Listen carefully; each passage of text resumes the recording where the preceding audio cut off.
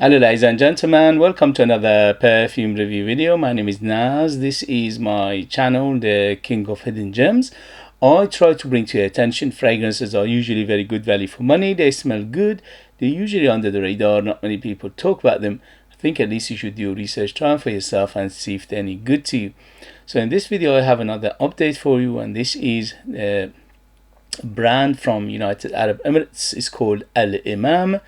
And this one in particular is called Emam Hayati, is EDP 100ml. United Kingdom, you can find it under £30. This brand is a brand new brand.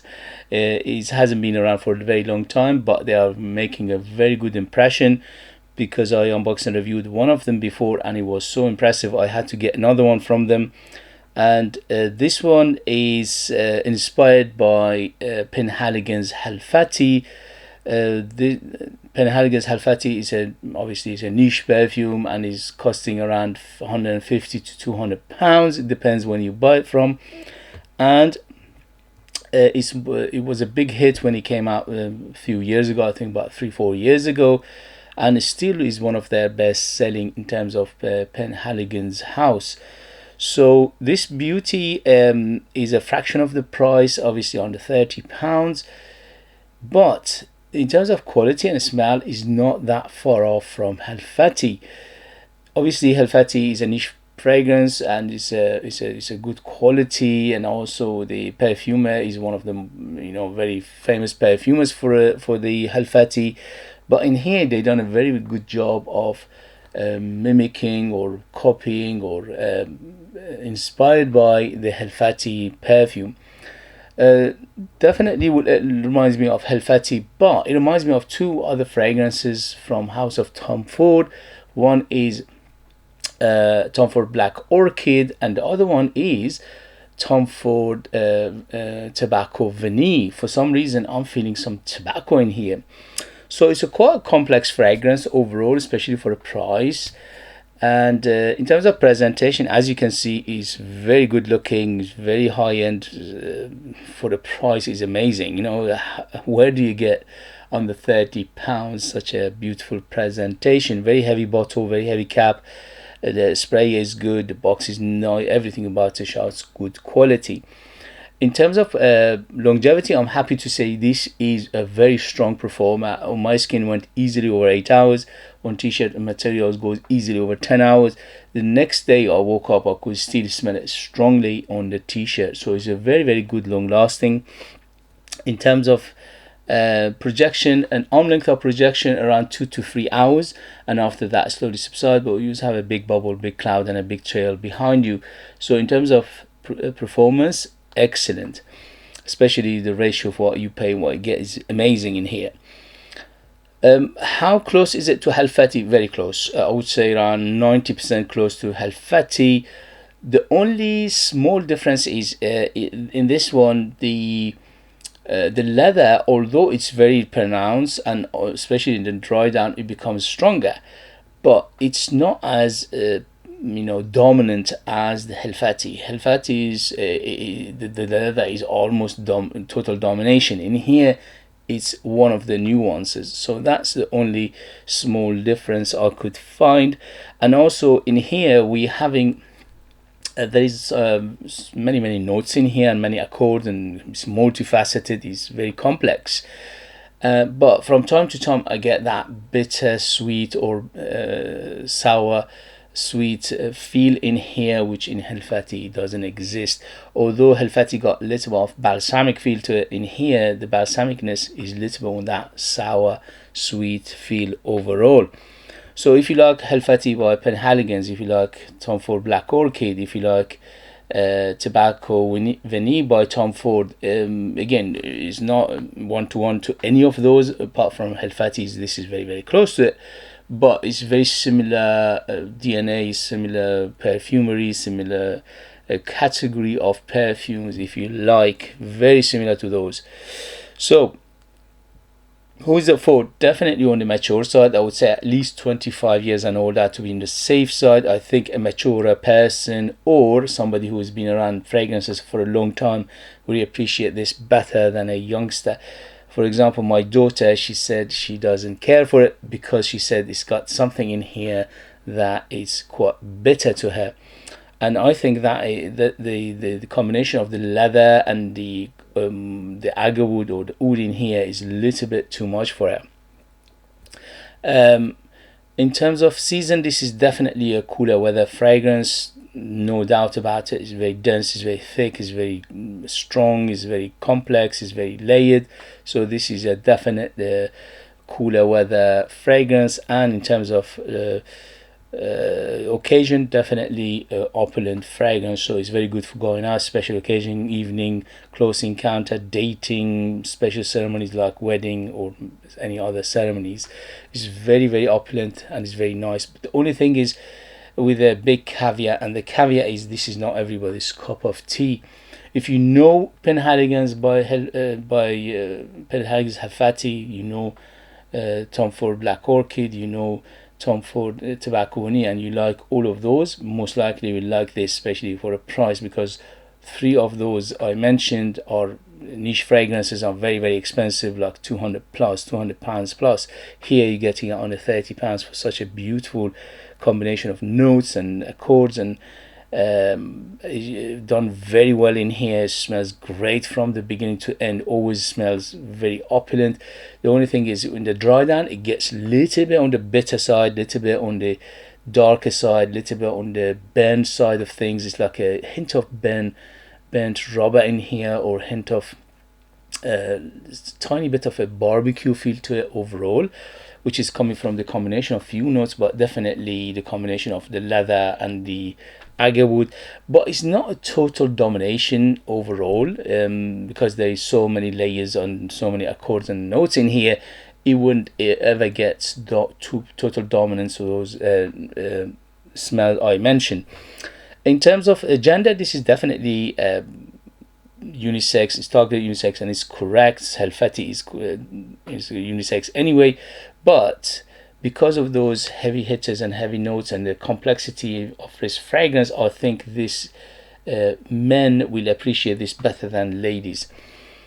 So let's get to the perfume itself. The perfume itself, when it opens up gorgeous. It goes straight to the perfume, no harshness, no chemical, no sharpness, no alcohol, which is very good sign of good quality and good perfumery in here, which is amazing. Absolutely gorgeous for my taste, for my age, for my experience. This is a gorgeous fragrance. But for example, my daughter and my wife, both of them, they said there is something in here that is not there, it's not in their liking. So I think men overall appreciate this better. If you like perfumes like Tom Ford Black Orchid, Tom Ford Tobacco Vanille, which are very heavy hitters anyway, they're very dense and thick and very spicy and very woody and very overall very resinous. This is very similar to those genre of perfumery. It opens up with the big citrus. The citruses are quite amalgamation of few citrus. I smell orange. Apparently there's a grapefruit in here and bergamot. To be honest with you, it smells more like orange to me than those two, but nevertheless there is a zestiness to it. There is a citrus notes in the beginning, but it gets lost super quick because there are so many big hitters in here.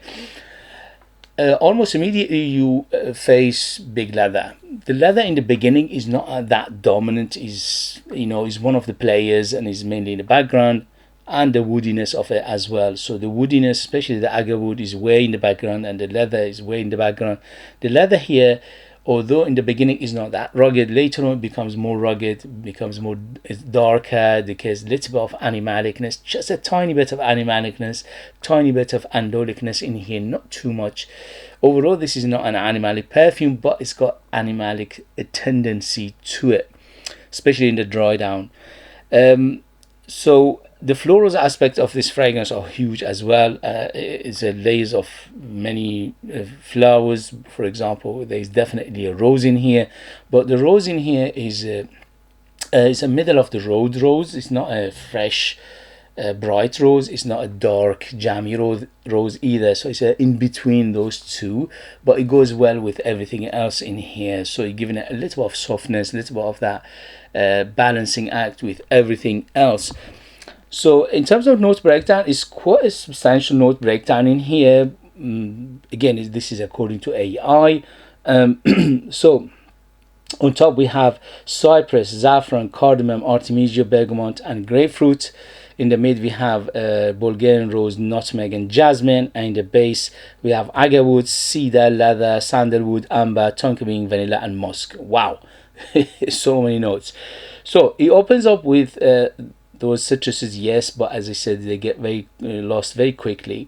The cypress in here giving it that green aspect, and the green aspect in here is not a fresh green, it's a very dense green. So it's a dense, dark, almost earthy green to it. So it's a dark green rather than a bright green.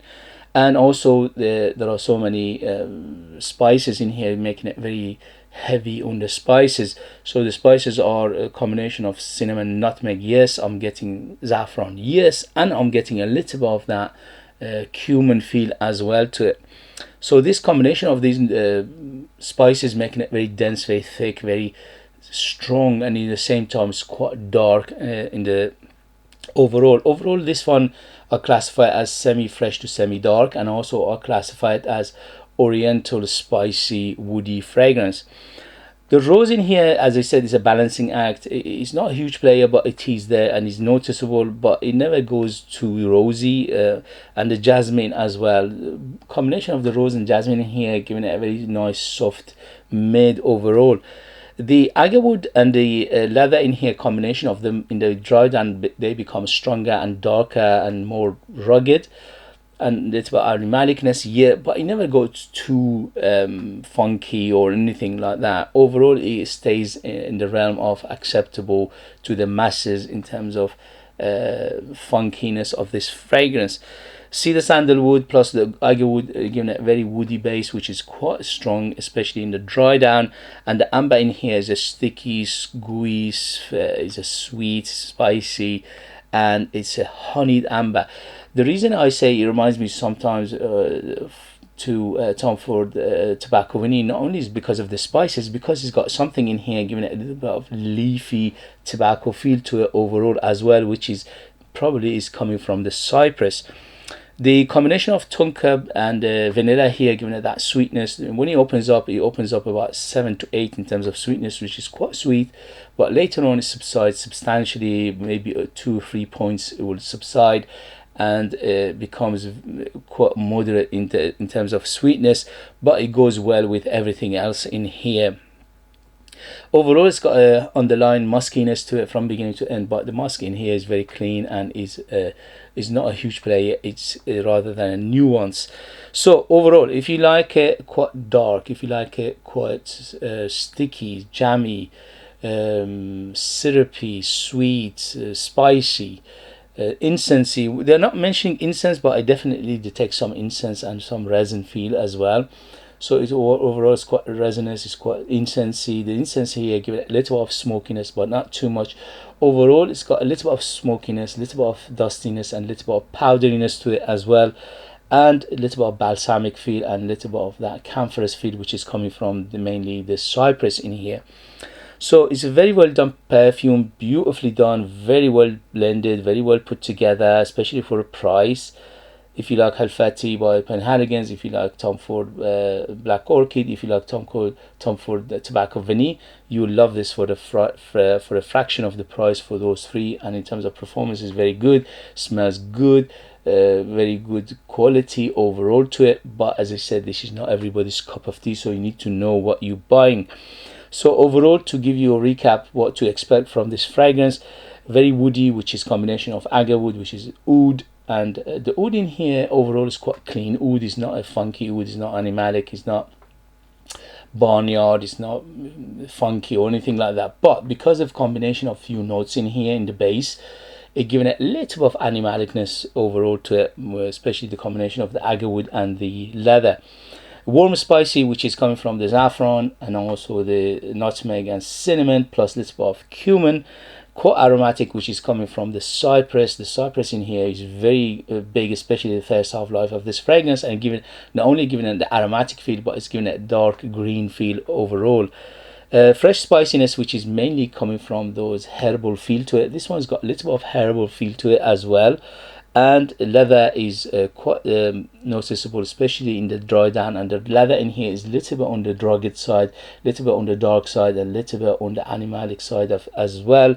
And the oud in here, the combination of the oud and leather, is quite rugged, and a little bit of powderiness, a little bit of dustiness, and a little bit of balsamic feel, a little bit of the spice and also smokiness in here.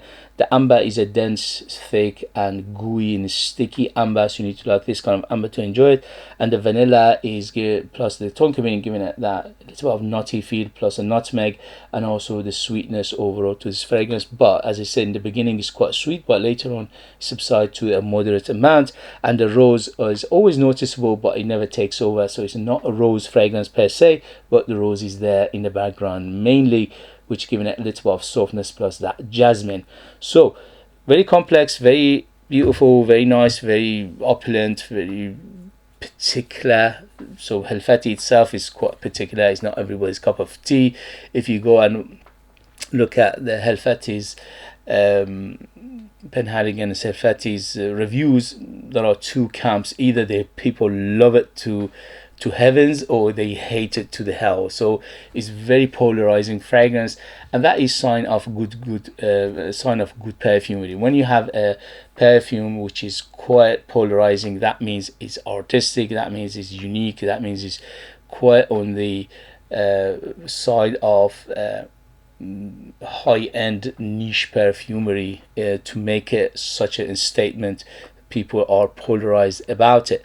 I absolutely love it. I'm in the camp to love this fragrance. It's amazing. I can wear this every day and enjoy it, no problem. For the last 2 days I enjoyed it to bits.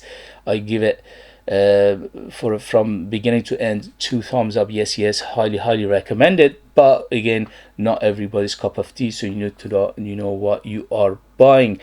Okay guys, if you have it, if you know it, if you tried it, let us know your experience. That would be useful for others to read. If you like what I do, if you find it useful, informative, valuable, or entertaining, please don't forget to hit those buttons. This way help me, encourage me, motivate me to bring you fragrances like this in future that nobody else is talking about. They're amazing value for money, they smell great, and they're hidden gems. This beauty is definitely a hidden gem. If you are interested in purchasing one of my own perfumes and support me that way and get something very beautiful in return, you could do that. I'll leave them in the link. I'm the artist, I'm the worker, I'm the creator. There are true handmade perfumes just for the lucky people in the United Kingdom. I put more than 60% pure perfume oils in my perfumes, which is unheard of. That gives them the huge personality, very big, bold, very long lasting. They are like very artistic and unique. They're like time capsule. They take you to different places, different time, and they are super beautiful, if I say myself. Also, there are other reviews reviewed my perfumes. You can go and check them out to find out if you're interested. Thank you very much as always for watching. Thank you very much for love and support, and I see you later. Bye.